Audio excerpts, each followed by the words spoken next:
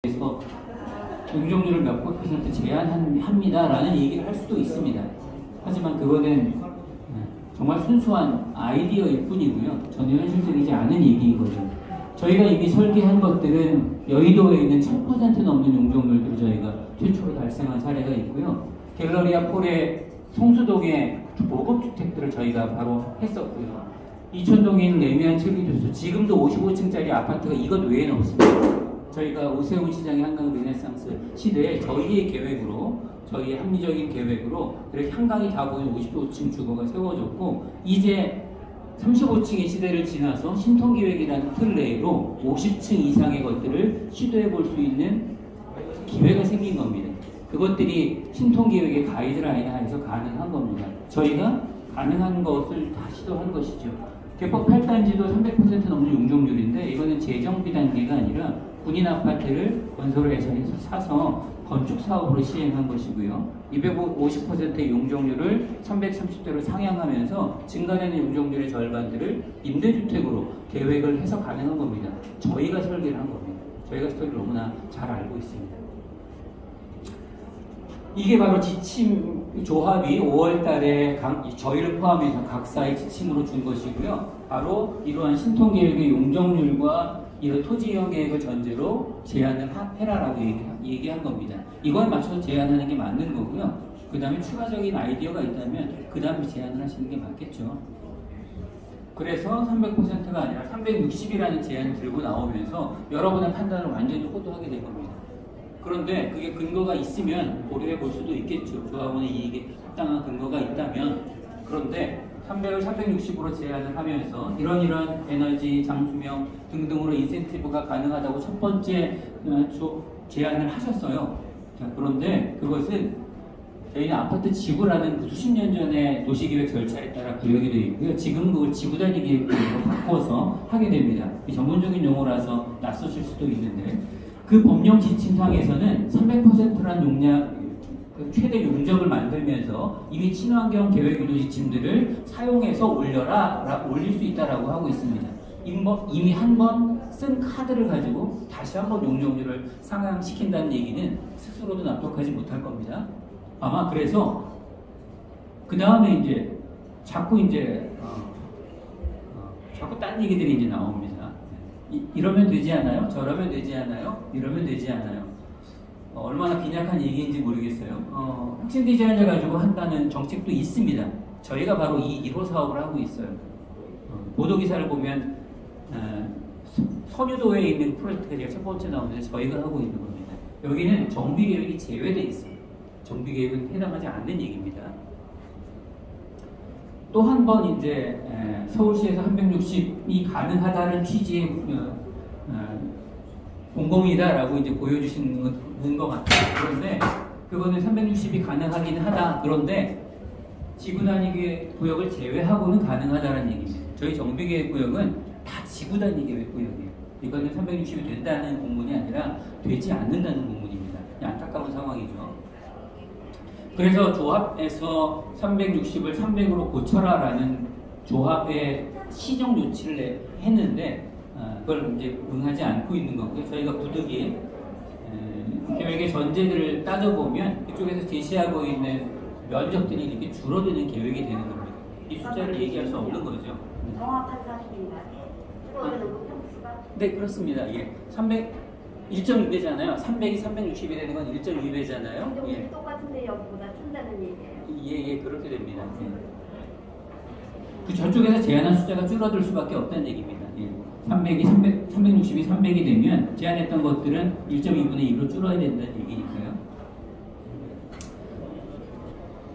자, 그러면 이제 또 다른 얘기가 나옵니다. 저희가 신속통합기획이라는 절차를 통해서 하고 있는데, 신통기획이 아닌 그냥 일반 계획기준과 절차상의 인센티브가 있습니다. 현재는 35층이라는 가이드라인이 여전히 있습니다. 이게 신통계획을 통해서 시와 협의를 하면 50층 혹은 그 이상까지도 경관적인 것들을 판단을 해서 해보겠다는 얘기입니다. 일반적인 절차는 할 수 없다는 뜻이에요.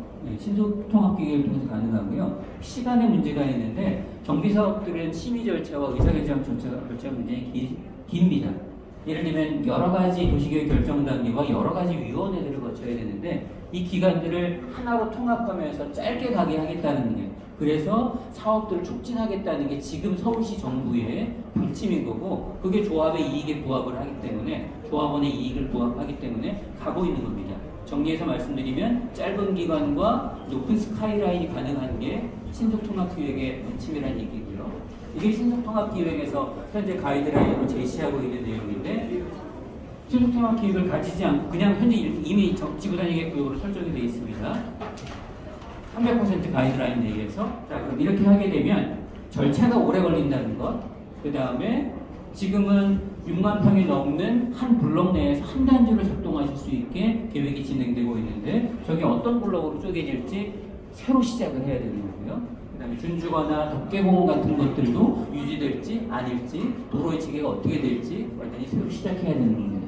층수도 35층에서 플러스 마이너스 40층이 될지도 모르겠어요. 근데 50층, 70층 이런 얘기들은 일단 끊을 수 없는 얘기가 되는 겁니다.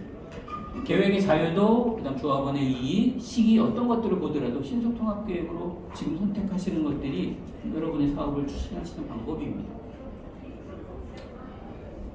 그럼에도 불구하고 저희가 조합원 여러분의 전용 면적의 증가 같은 것들을 추진할 수 있는 방법들을 더 고민해 봐야 되겠다는 생각에, 이미 저희 제안 내용에는 3종 주거 용지들을 이런 형태로 늘려서 전체 전용 면적들을 늘리겠다는 계획을 이미 담고 있습니다. 도로 선용을 유지하면서도 할 수 있는 합리적인 선이고요. 서울시와도 충분히 협의할 수 있는 건 아닙니다. 그렇게 해서 만든 게 저희의 하이 그룹의 안이고요. 해양건축은 국제 랭킹, 세계 랭킹이 7위입니다. 전문가 숫자로 따지는 거고요. 국내에서 탑인 순이고요. 저희 3,600평의 새로운 정원이 생기는 겁니다. 그게 높은 정원, 하이 그룹이라는 뜻이고요. 영국 왕실 별장의 이름이기도 합니다. 이게 바로 그 모습이고요. 가운데 있는 것들은 주민 커뮤니티 센터입니다. 주민들만 쓰시는 데고 한 단지입니다. 그리고 이 하부에 나중에 교통을 설명을 드리겠습니다. 멋진 축을 통해서 한강까지 한꺼번에 쓰실 수 있고, 정면부의 압구정역에 가까운 준주거 지역에는 900세대 정도의 비교적 적은 세대수의 주거복합과 대형 명품관이 들어올 수 있는 자리를 만들어서, 이게 숫자상으로나 여러분의 이익의 면으로나 단지의 위상을 올리는 데로나 효과적인 계획이라고 저희는 생각을 합니다. 현재 세대 배치와 저희가 제안한 배치입니다.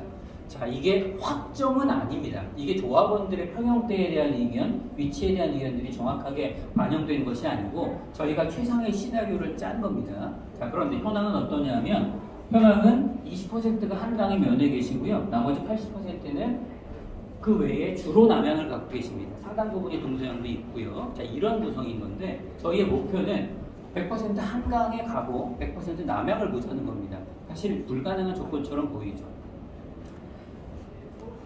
하지만 이게 이제 유니트와 다 결합을 했을 때 가능하고요. 자, 이런 질문들을 하죠. 내 평형이 몇 평인데 몇 평이고 어디로 가느냐라는 질문을 합니다. 최종적으로는 현재 여러분들의 위치와 대지지분과 한강과 역세권과 등등들의 가치를 따져서 평가를 하고 나중에 평가와 비교해서 플러스 마이너스를 따지는 겁니다.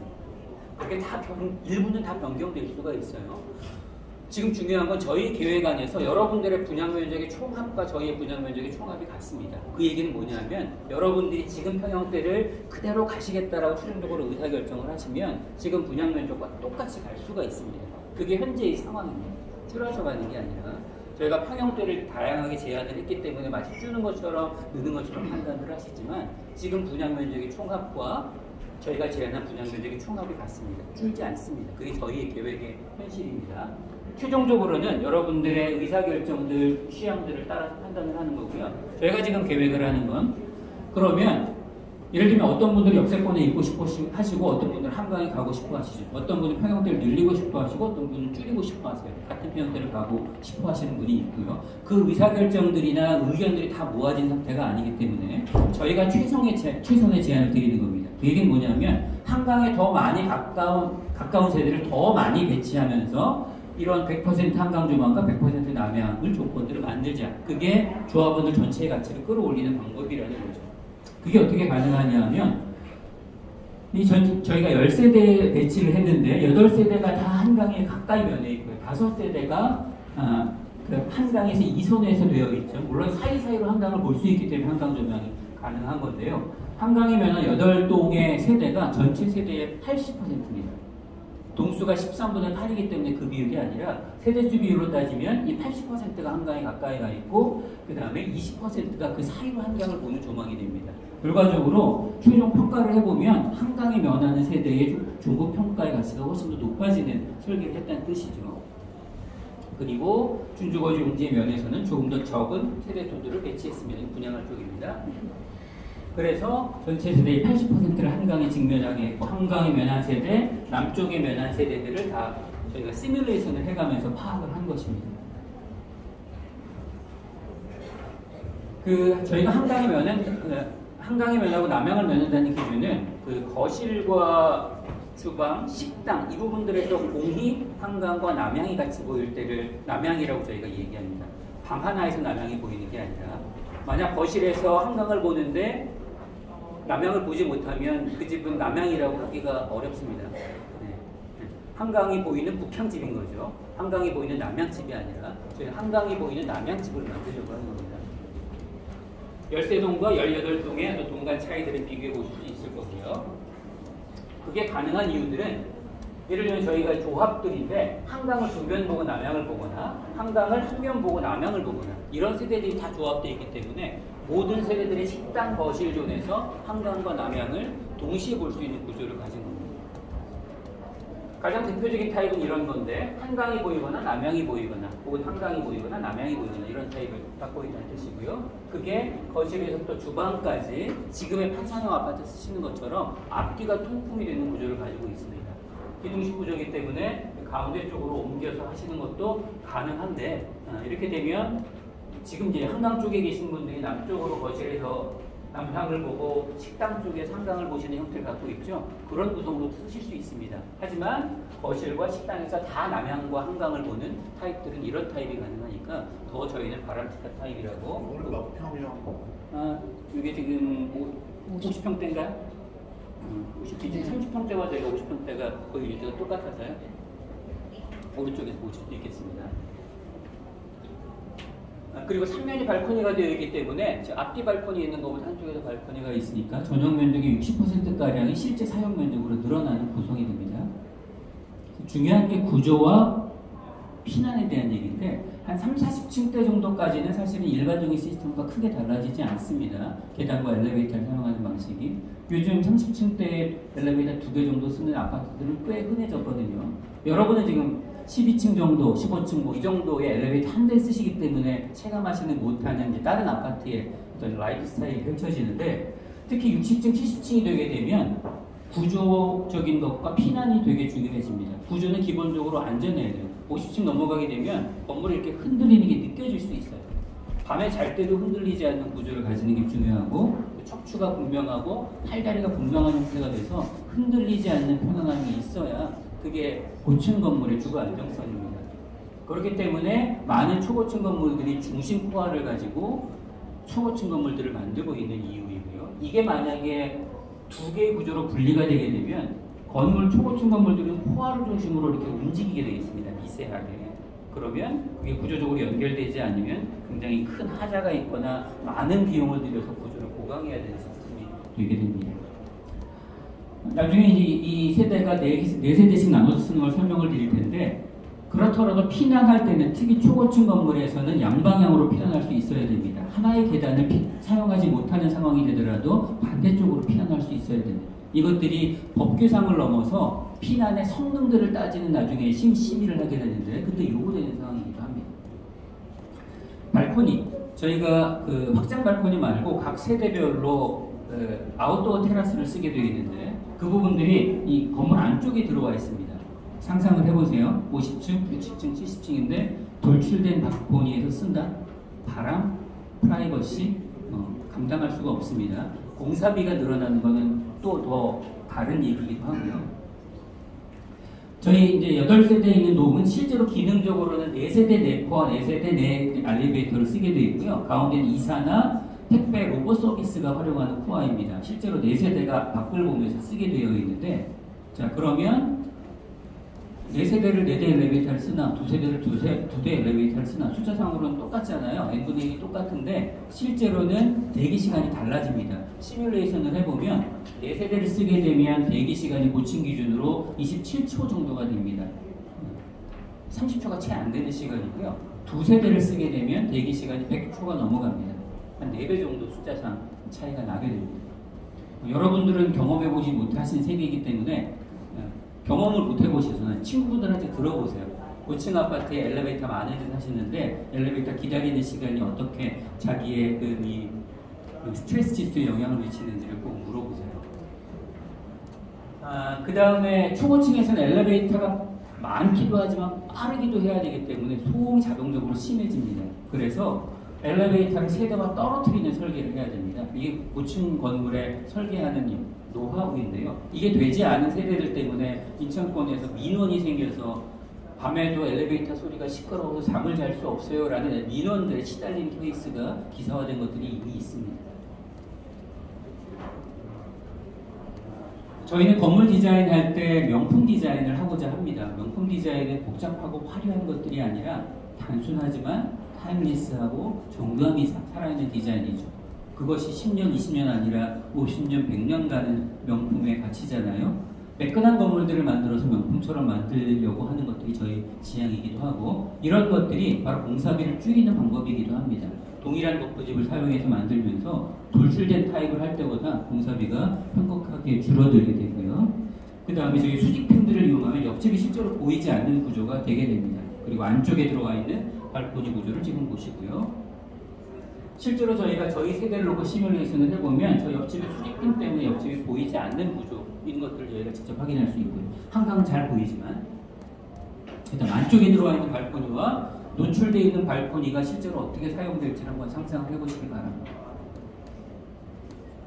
저희 세대들은 이렇게 앞뒤로만 통풍이 되고 특히 이제 환기창이 열리게 됩니다. 어떤 집이든 햇빛은 들어오는데 그것들이 에어컨으로 환기하는 게 아니라 냄새 때문에도 그렇지만 열 때문에도 창문을 열어서 환기를 하잖아요. 바람이 이렇게 쉽게 잘 통하는 게 중요하고 특히 주방 쪽에 창이 있는 게 굉장히 중요합니다. 아니면 집값 떨어질까봐 말 못하는 타워 팰리스의 그 고통이 시작이 되는 거예요. 안쪽에 주방이 있는데 기계 환기 되게 열심히 하는데 된장찌개 냄새가 안 빠져서 전전긍긍하는 상황들이 항상 생기게 되는 겁니다.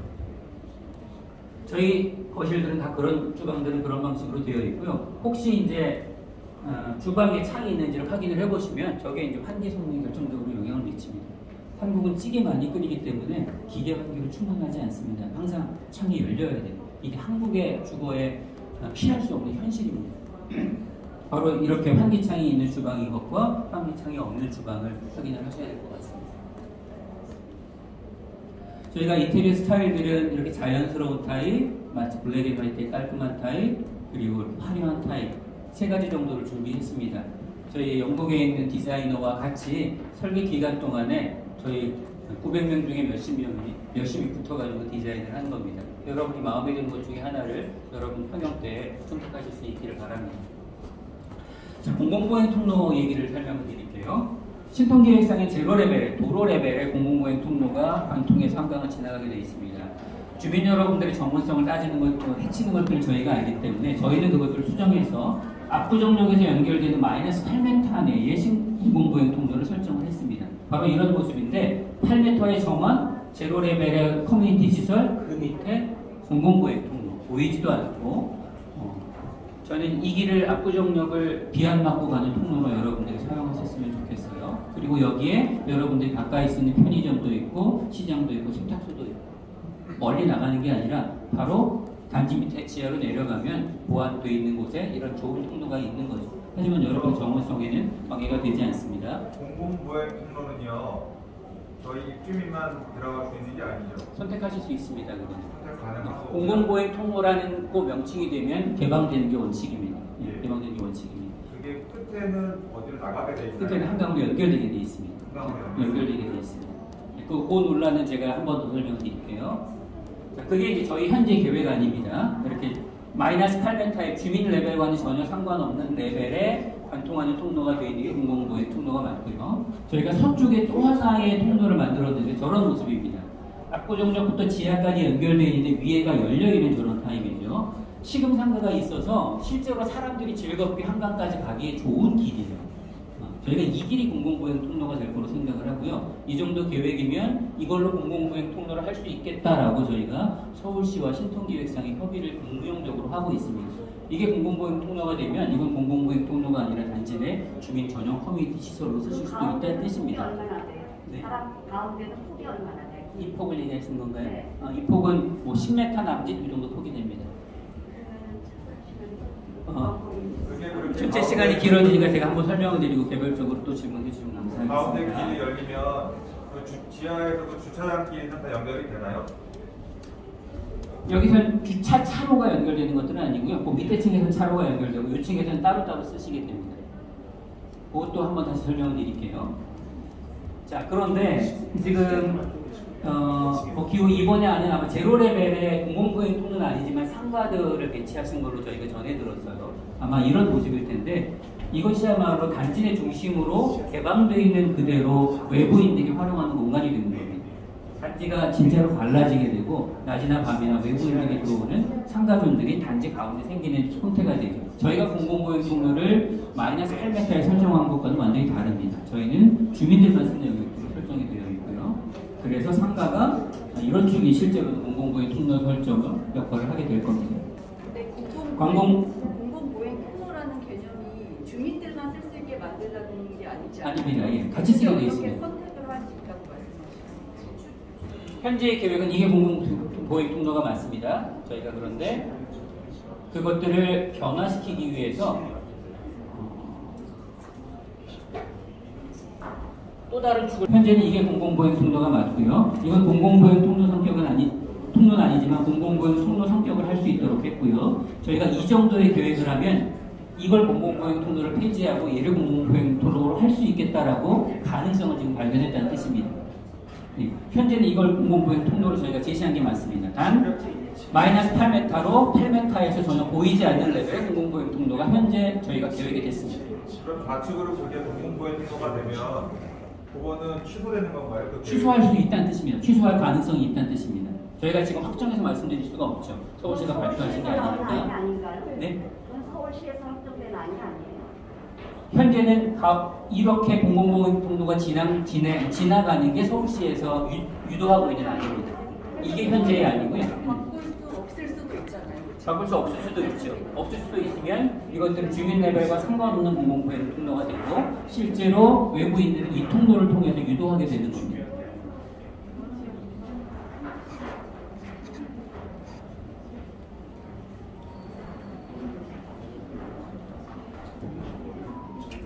남북간 관통도로 얘기가 있어요. 저희 단지가 6만 평이면 엄청 큽니다. 잠실이나 대규모 단지들을 개발하는 걸 혹시 방문해 보신 적이 있다면 단지가 너무 커서 단지 아는 사람을 찾아갈 때 정말로 힘든 걸 아실 수가 있어요. 어디가 어딘지 알 수가 없어요. 너무 큰 단지는 그런 어려움이 있습니다. 그래서 저희는 그냥 지나가기만 하는 넓기만 한 주차장을 만드는 게 아니라 남북 관통도로를 제로 레벨에서 순환형으로 만들어서 이게 주민들을 위한 교통센터 역할을 하도록 하는 겁니다. 이렇게 되면 심리적으로 통과하는 사람이 쓰는 게 아니라 주민들의 진입 통로로 쓰게 되는 겁니다. 그래서 여기서 마을버스도 타고 문화센터 버스도 타고 학업버스도 타는 영역이 되고요. 실제로 이동에 계신 분이 여기다 주차하는 경우는 없어요. 자기 동 지하에 다 하세요. 다 코아에서 10m도 멀어지기 싫어하시는 게 주차하시는 분들의 성향이에요. 저도 그렇거든요. 다 이 근처에 하세요. 그러면 자기 동 가까운데 짧게 주차 출입구가 있는 것들이 바람직하거든요. 바로 이 통과도로를 그런 식으로 저희가 활용할 수 있게 되는 겁니다. 그리고 그리고 현재 아마 아파트들에서 주차가 힘드시니까 발렛 서비스 하시는 걸로 알고 있어요. 각 동에는 조정에 들어오가 이런 그림들이 있어서 지금처럼 발렛 서비스 하실 수도 있고요. 기술이 발전해서 이것을 로봇 발렛을 하게 되면 그런 것도 하실 수 있겠죠. 여기 이사를 위해 그것도 따로 있습니다. 이렇게 각 동마다 지금 쓰시는 거는 비 맞고 키 주고 들어가셔야 되지만 각 동 지하에 비 맞지 않는 그런 상황들이 다 생기게 됩니다. 그렇게 되면 가운데 있는 부분들을 통합센터를 활용하게 되고 거기에 많은 시설들을 관리비 부담 없게 통합해서 운영하실 수 있게 됩니다. 바로 이런 모습인데 저희가 세대당 3평씩 현재로서는 기준을 삼아서 총 13,000평, 지하에 10,000평, 지상에 3,000평의 부대시설을 계획했습니다. 이 지하에는 통합부대시설의 모습인데 축구장 1.5배 크기의 이거 좀 비켜주실래요? 모습인데요. 이게 지하에 있지만 축구장 1.5배 크기의 아웃도어 정원을 면하고 있는 겁니다. 거기에 면에서 수영장이 있고요. 저런 정원을 보는 다이닝이 있고요. 주변에 교육시설들이 있게 됩니다. 지상의 3,000평들은 75층, 60층 두 최고층의 상단부에 저런 인피니티 풀이라든지 라운지라든지 그리고 2층의 한강을 보는 위치에 이런 지음과 다이닝 같은 시설들이 설치가 되게 됩니다. 그리고 입구에 있는 지금 네모나 있는 이 건물들은 뮤지엄처럼 생긴 이 건물들은 주민 여러분들의 부대시설인 뮤지컬인데 평상시에 이렇게 라이브러리처럼 쓰실 수 있는 겁니다. 공연장을 보면서 단지를 들어갔는데 저희의 컨셉입니다. 최상부층에는 저희가 브릿지가 없습니다. 70층은 건물 자체도 흔들림 때문에 센터코어를 해야 된다고 말씀드렸죠.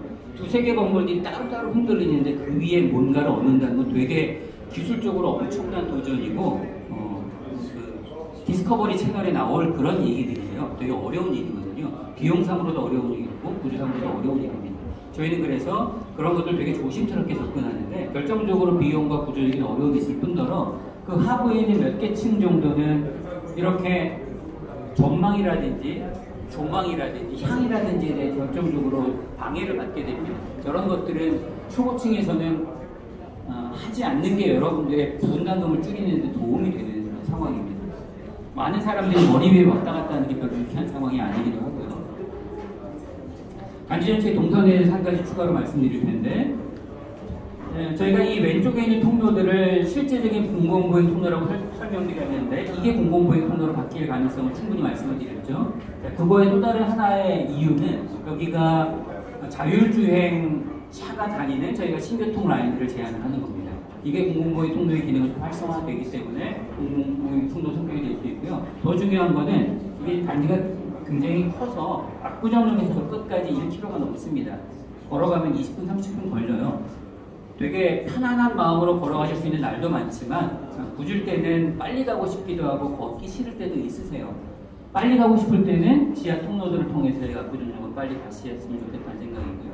천천히 가고 싶을 때는 이 자율주행차를 이용하면 단지 내 순환 노선이 별도로 있어서 집에서 걷지 않고도 압구정역까지 갈 수 있는 그런 라인들을 저희가 추가로 만들었습니다. 한강에서 보는 경관의 모습이고요. 이렇게 멋진 깔끔한 스카이라인의 등대처럼 아주 제한된 조명이 있고 지금 동원회의 야경이 멋진 것처럼 새로 조성되는 이런 아치형의 보행교가 멋진 야경들을 또한 한강 쪽을 향해서 형성을 해줄 겁니다. 마지막 상가와 분담금 사업상에 대한 부분을 좀 설명을 드리겠습니다. 상가 부분들은 지하의 공공보행 통로에 있는 편익시설 외에 대지 전면, 그 다음에 실제로 공공보행 통로로 저희가 역할을 하게 할 서치계 F&B가로 정면에 있는 주거복합 상가 플러스 대형 명품시설 이렇게 저희가 유통을 하고 있는데 이게 상가 조합원님들 부분들이 선택을 하실 수도 있고요. 전체 그 지분들이 적기 때문에 한 2만 평 정도 되는 상가 면적들은 추가 분양을 해서 분담금을 낮추는데 쓰실 수 있거든요. 저희의 생각은 주거복합 2000세대 개발하는 것보다 900세대 플러스 이런 명품 시설들을 개발을 하면 이것들이 수익이 5천억이 플러스가 됩니다. 그러면 조합원 분담금들이 1억 이상씩 줄어드시게 되는 거고요.